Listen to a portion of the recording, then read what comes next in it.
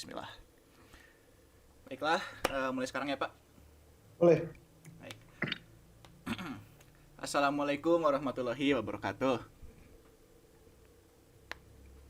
Waalaikumsalam warahmatullahi wabarakatuh, Pak. Selamat pagi anak-anak, bagaimana kabarnya? Baik, Pak. Alhamdulillah. Hari ini apakah ada yang sakit atau tidak hadir? Sepertinya hadir semua, Pak, untuk hari ini. Kalau gitu di mana dong kameranya ayah dinyalakan biar Bapak tahu bahwa kalian memang benar-benar ada di sana. Ya, masih pagi ya, semangat, ayo nyalakan kameranya.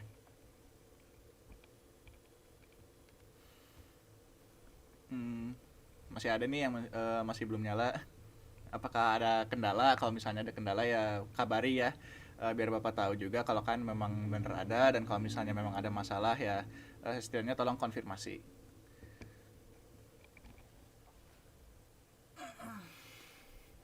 Udah lah ya.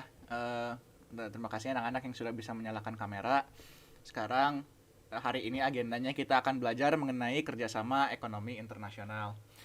Nah, kalau tidak salah ya Bapak pernah menugaskan, dan sebenarnya secara umum juga Bapak selalu menekankan kalau misalnya ada pelajaran atau misalnya kita kan tiap minggu kurang lebih sejadwal ya dengan kurikulum materinya. Bapak menekankan cobalah untuk baca dulu materinya. Kira-kira semuanya sudah membaca belum di sini mengenai kerjasama ekonomi internasional, atau setidaknya cukup paham lah ya, atau agak familiar dengan topiknya?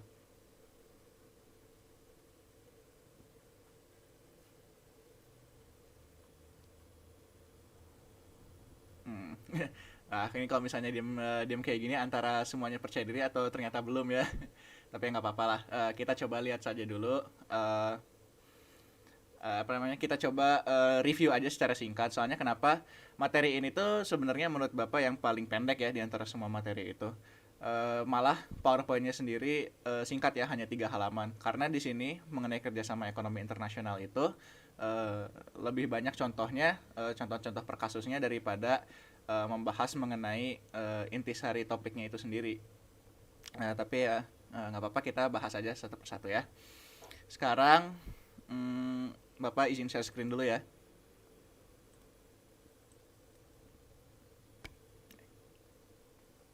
Nah, seperti biasa ya, kita kalau membuat PowerPoint menggunakan yang sama penerbitnya dari penerbit buku. Dan kalau kalian perhatikan juga hanya 3 halaman ya.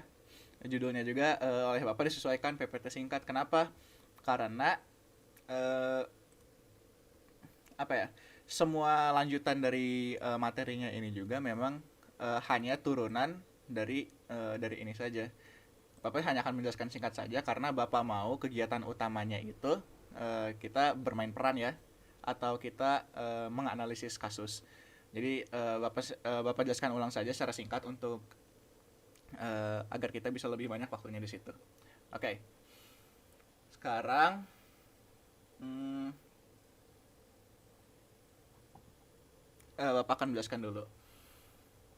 Baik, jadi apa itu kerjasama ekonomi internasional?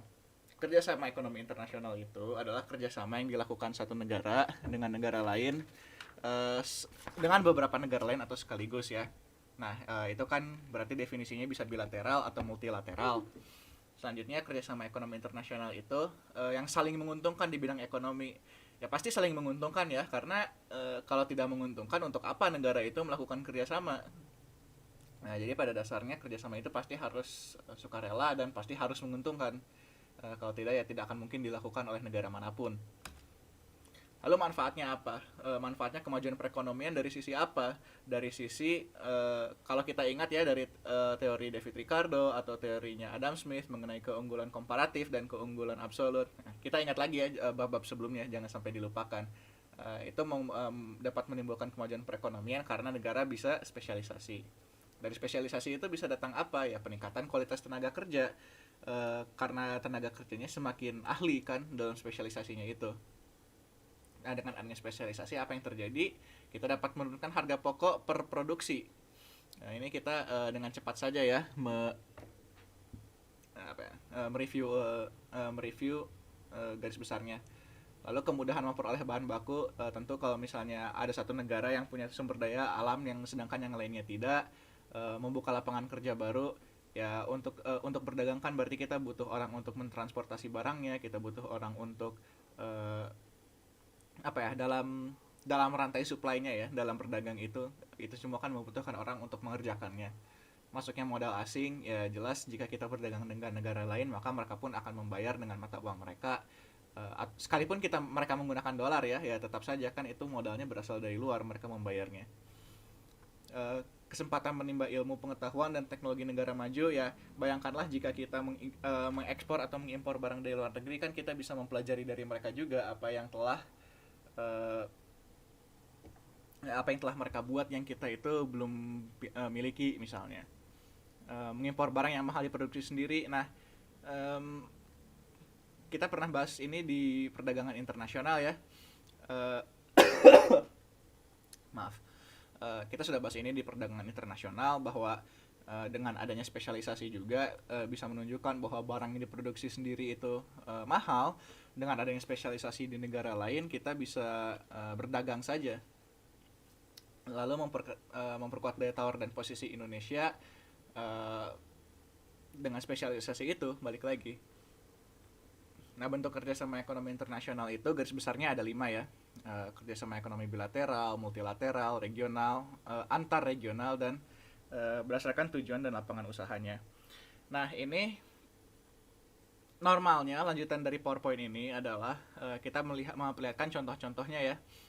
Cuman itu ada saking banyaknya di dunia ini, jadi kalau misalnya mau dibahas satu-satu sampai habis juga pasti akan lama. Jadi singkat saja, kalau misalnya bilateral ya contohnya berarti antar 2 negara. Kalau multilateral itu antar beberapa negara. Kalau regional itu antar beberapa negara di daerah yang sama. Contohnya apa? ASEAN, Uni Eropa, itu regional ya. Terus kalau misalnya antar regional, misalnya antara daerah-daerah itu yang saling bekerja sama, misalnya antar Uni Eropa dengan ASEAN saling bekerja sama. Lalu kalau berdasarkan tujuan dan lapangan usaha ya contohnya OPEC ya. Kalau Indonesia itu kan negara-negara pengekspor minyak, contohnya anggotanya Indonesia, Saudi Arabia, dan sebagainya. Nah, untuk untuk menunjukkan pentingnya kerjasama ekonomi internasional dan apa dampaknya gitu ya jika kerjasama ekonomi internasional ini tidak diperhatikan atau misalnya bisa ada konflik karena itu, Bapak ingin menampilkan sebuah video bahasa Inggris tapi tenang sudah diterjemahkan. Kelihatan ya. Coba kasih tahu Bapak, ini ada suaranya nggak? In Canada, lightweight trucks are Ada suaranya? Dari video? Ada, Pak. Oke, bagus. Aduh. much like Sebentar, Bapak ini dulu ya. Subtitlenya lupa Bapak masukin.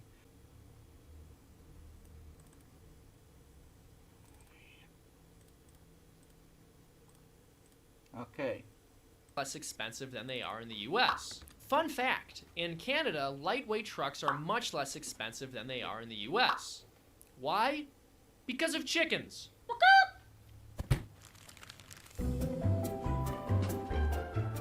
What came first, the chicken or the trade war? Until the 1960s, chicken was considered a delicacy in Europe. But due to America's ability to farm more efficiently, chickens were produced much more inexpensively in the US and then imported into Europe, driving down the overall market value of chickens. And this made life better for most people, except for a small Perhatikan ya. minority, the European chicken industry. Big chicken at it again. So, a number of European countries imposed a tariff on chickens to protect their chicken industries. This not only hurt the general population, which now had to absorb the higher cost of chickens once again, it also hurt chicken producers in the US. As a result, 1961 to 1964 was known as the Great Chicken War. At the time, this was such a pressing issue that Senator William Fulbright interrupted a Cold War-era NATO nuclear disarmament debate to shift to another topic: trade sanctions on US chicken. German Chancellor Konrad Adenauer reported that half of his correspondence with US President John F. Kennedy was over chickens. Ask not what chickens can do for you. Ask what you can do for chickens. Because we're a country of the chickens, by the chickens, and for the chickens, the US had to retaliate, so President Johnson imposed a 25% tariff on potato starch, dextrin, brandy, and light trucks. Harvard professor Robert Z. Lawrence wrote, "The chicken tax crippled the U.S. automobile industry by insulating it from real competition in light trucks for 40 years. So, in the end, countless resources were wasted, and it's harder for Americans to get trucks, all because some Europeans got their feathers ruffled over cheap American chicken. And that is why tariffs are stupid." Hey guys, thank you so much for watching. If you enjoyed this video, please check out fee.org for more educational material. Fun fact. Nah, cukup ya. Nah, dari video itu yang sudah kita lihat, apa ya? Ada yang ingin memberikan garis besarnya, kesimpulannya, atau misalnya ada yang mau berkomentar? Nah, kita diskusi ya. Silahkan.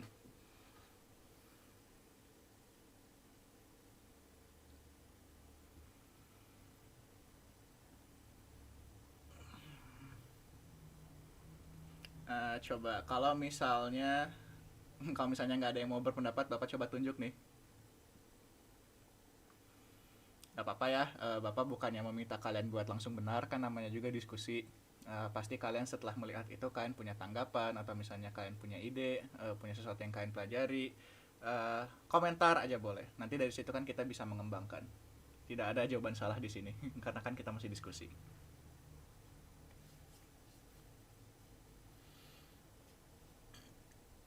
Di sini singkat aja kok, karena kita nanti diskusi utamanya ada di permainan perannya itu ya.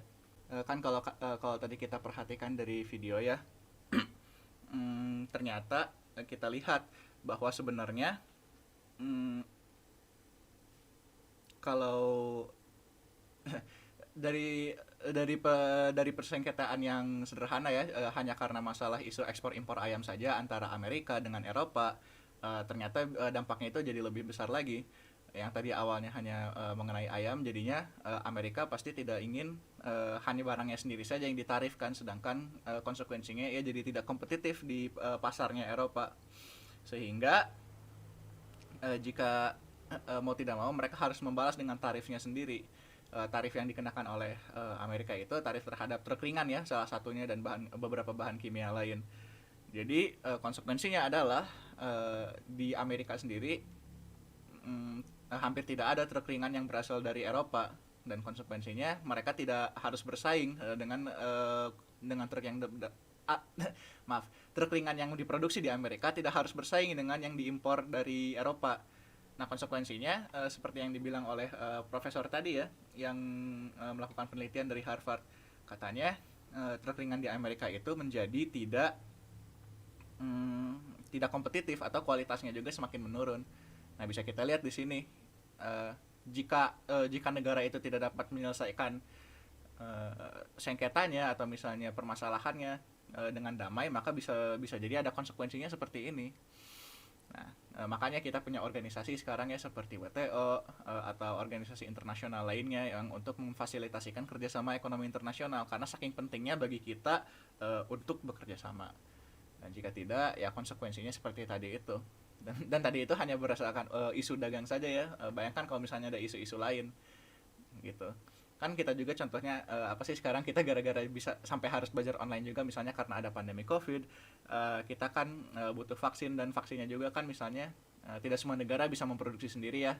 Yang mayoritasnya bisa memproduksi itu ya negara-negara maju seperti Amerika Serikat, Tiongkok. Kita juga kan vaksin Sinovac bukan produksi kita juga tidak bisa memproduksi sendiri secara andal ya. Itu juga kan kita bisa memperolehnya karena kerjasama juga dengan negara lain, dengan Tiongkok ya utamanya, dapat Sinovac itu. Nah, begitu ya. Oke, sekarang seperti yang Bapak janjikan, kita nggak akan terlalu lama di belajar materi, karena Bapak mau kita mulai masuk ke permainan perannya. Bapak jelaskan aturannya ya, seperti apa sih? Oh, maaf. Bapak coba share screen dulu. Oke. Kita akan melakukan sebuah permainan peran kerjasama ekonomi internasional. Jadi garis besarnya itu adalah, pertama, pembelajaran itu menggunakan permainan peran ya. Siswa disajikan dengan skenario global yang melibatkan beberapa negara fiktif dengan masalahnya masing-masing. Nah, skenario-nya ada di slide-slide berikutnya ya. Siswa mencari solusi masalah yang dihadapi setiap negara dan kerjasama dengan negara lain sesuai dengan kebutuhan yang dirasa ada berdasarkan analisis siswa. Nah, analisis ekonomi ini akan diketik dalam file Word dan dikumpulkan di Google Classroom nanti yang Bapak berikan. Kemudian format penulisannya itu bebas selama memenuhi kriteria penilaian. Nah, ini nanti buat laporan tertulisnya ya, tapi sekarang kita melakukan hal yang sama, hanya saja kita diskusi dalam kelas. Dan diskusinya kita menggunakan kalau misalnya kerja offline kita pakai whiteboard ya, tapi karena ini online nggak apa-apa, Bapak punya whiteboard online buat kalian lihat sambil share screen. Kriteria penilaiannya apa? Yang paling utama itu analisis ekonomi kalian mengenai pilihan setiap negara itu harus melakukan apa. Keputusannya sendiri itu tidak penting, maksudnya bebas gitu ya, kalian mengambil keputusan sebaiknya negara ini melakukan A, B, C, D atau tidak. Yang penting kalian bisa menjustifikasi keputusan kalian sebenarnya. Apakah justifikasi kalian itu ada informasi yang relevan, apa alasannya, lalu kalian bisa bukan cuma menyebutkan alasannya saja, tapi mengelaborasikan juga proses pemikiran kalian, kenapa kalian bisa menyimpulkan bahwa itu yang harus dilakukan negara.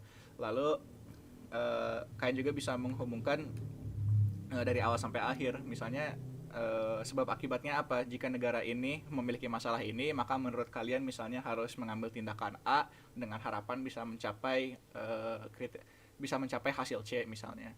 Dan terakhir itu keterampilan argumentasi kalian ya, retorikanya, kemampuan kalian untuk membuat mendapat meyakinkan orang. Tapi itu sekunder sih ya. Primernya itu adalah kalian harus bisa melakukan analisis ekonominya. Oke, jadi apa skenarionya? Dalam skenario ini ada 3 negara nih ya ceritanya, Winkland, Lua, dan Serkonos ini. Ketiga negara itu sedang dilanda masalah pandemi COVID. WHO bersedia membantu negara-negara tersebut mendistribusikan vaksin selama tiap negara dapat menyajikan strategi yang jelas untuk menangani masalah COVID itu. Oke. Selanjutnya, kondisi yang berlaku adalah hanya 50% warga dari tiap negara dapat memperoleh PPE atau Personal Protective Equipment. Itu ya istilahnya. Vaksin dan face shield itu kan dan sarung tangan juga ya. Intinya alat-alat yang kita gunakan sehari-hari untuk mencegah tertular itu disebutnya PPE. Setiap negara memiliki tingkat antar ketergantungan yang berbeda dengan satu sama lain. Tapi intinya ketiga negara ini dalam perekonomian normal sehari-harinya memang saling bergantung ya. Nah, terutama dalam perdagangan. Nah, ini ada fakta-fakta negaranya yang akan lebih jelas lagi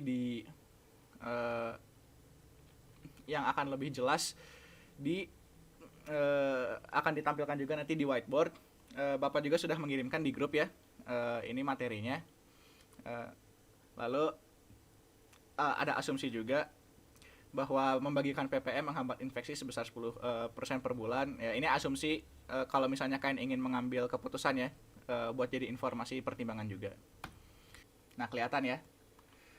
Jadi kita waktunya nampaknya cukup sedikit ya. Jadi kita diskusinya singkat saja. Coba dari setiap negara itu ada satu solusi lah atau ada satu tindakan yang ingin diambil. Nah, silahkan ada yang ingin berpendapat dari tiap negara ini apa tindakan yang harus diambilnya untuk mencoba menangani COVID. Pak, saya izin menanggapi. Dan ya, Okay. Untuk negara mana? Risma ya? iya, Ya, silahkan. saya mau menanggapi untuk negara Winkland, Mbak. Kenapa itu? Apa menurut kamu yang harus dilakukan? Berhubung menutup perbatasannya hanya mengurangi pendapatan nasional sebesar 25%, Oke. sebaiknya tutup saja, Pak, perbatasannya untuk mencegah COVID. Kalaupun harus dagang, sebaiknya yang penting-penting saja mungkin. Seperti itu, Pak. Tutup perbatasan total ya. Ya, Pak. Hanya berdagang yang penting. Karena hanya mengurangi pendapatan 25%. Oke, mungkin untuk negara ini itu saja misalnya yang mungkin hanya itu yang cocok untuk negara itu. Sedangkan kalau misalnya negara-negara lain bagaimana? Atau kalau misalnya kalian mencapai kesimpulan yang berbeda dengan Risma nggak apa-apa ya. Yang penting sama kayak Risma tadi kan bisa menjustifikasi penjelasan kalian atau jawaban kalian. Baik. Sedangkan yang lain ada yang mau berpendapat?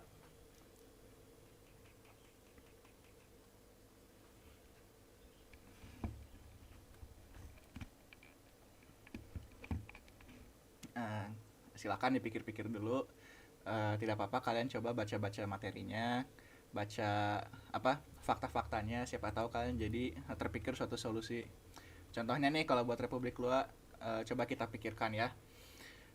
Kalau untuk negara ini memang ya dari kemarin kan kita setiap negara itu biasanya memperdebatkan apakah mau menutup perbatasan atau tidak. Karena kan walaupun memang mungkin dengan menutup perbatasan itu kita bisa mencegah datangnya infeksi dari luar negeri, tapi kan konsekuensinya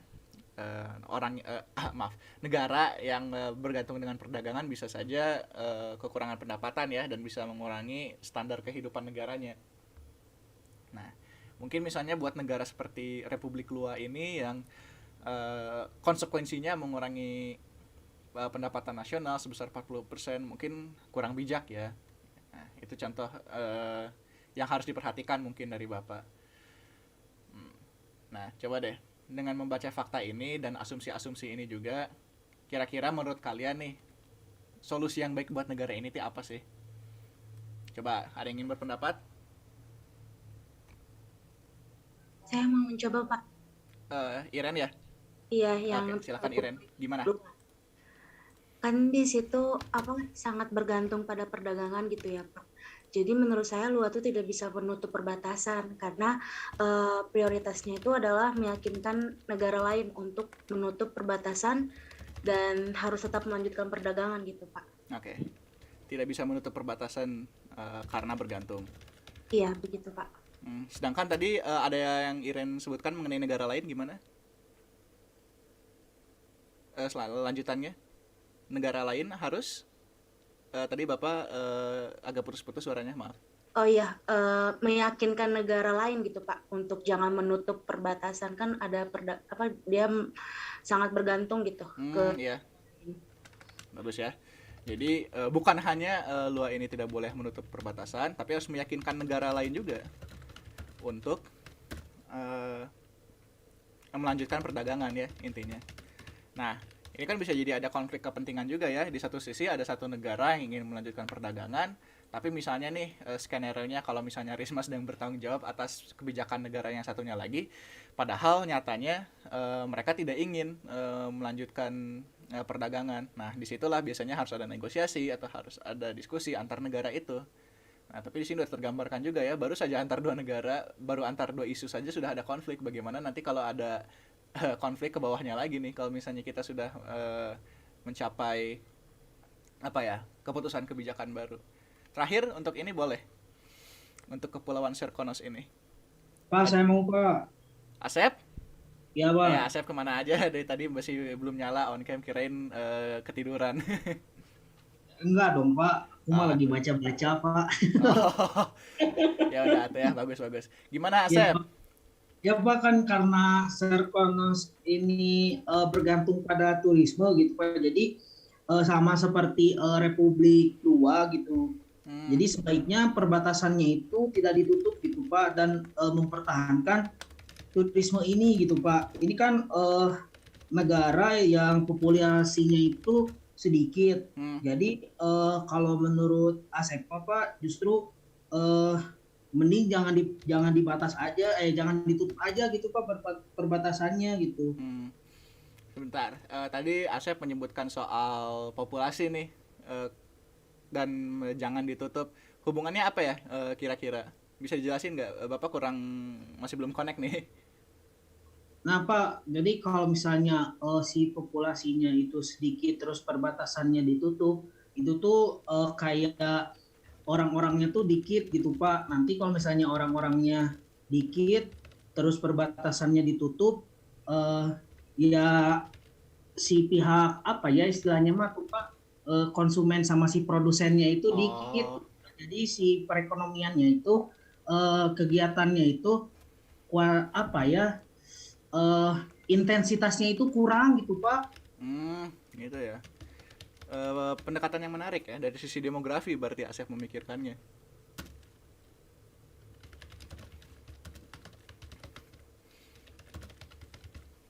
Memang ada ya beberapa negara seperti ini, negara-negara kecil biasanya yang bergantung pada turisme perekonomiannya.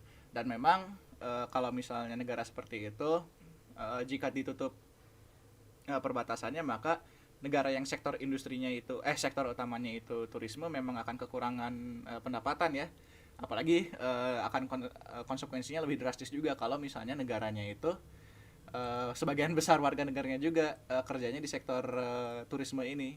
Jika tidak, ya bisa-bisa mereka pengangguran ya, tidak akan dapat pekerjaan. Sedangkan dalam pandemi itu kan ya penting ya untuk ya sebenarnya dalam kondisi apapun juga penting untuk mencari penghasilan. Cuman kalau misalnya mereka tiba-tiba kehilangan pekerjaan dan mencari pekerjaan lain juga susah, ya bisa jadi problematik ya bagi negara itu. Oke, diskusi yang bagus ya anak-anak. Terima kasih atas waktunya. Tapi karena sekarang waktunya sudah mau habis, jadi Bapak Bapak akan share link Google Drive-nya saja, Google Classroom-nya saja bagi kalian untuk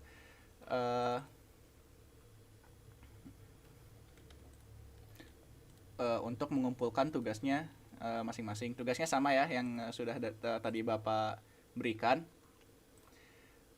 Ini kriterianya.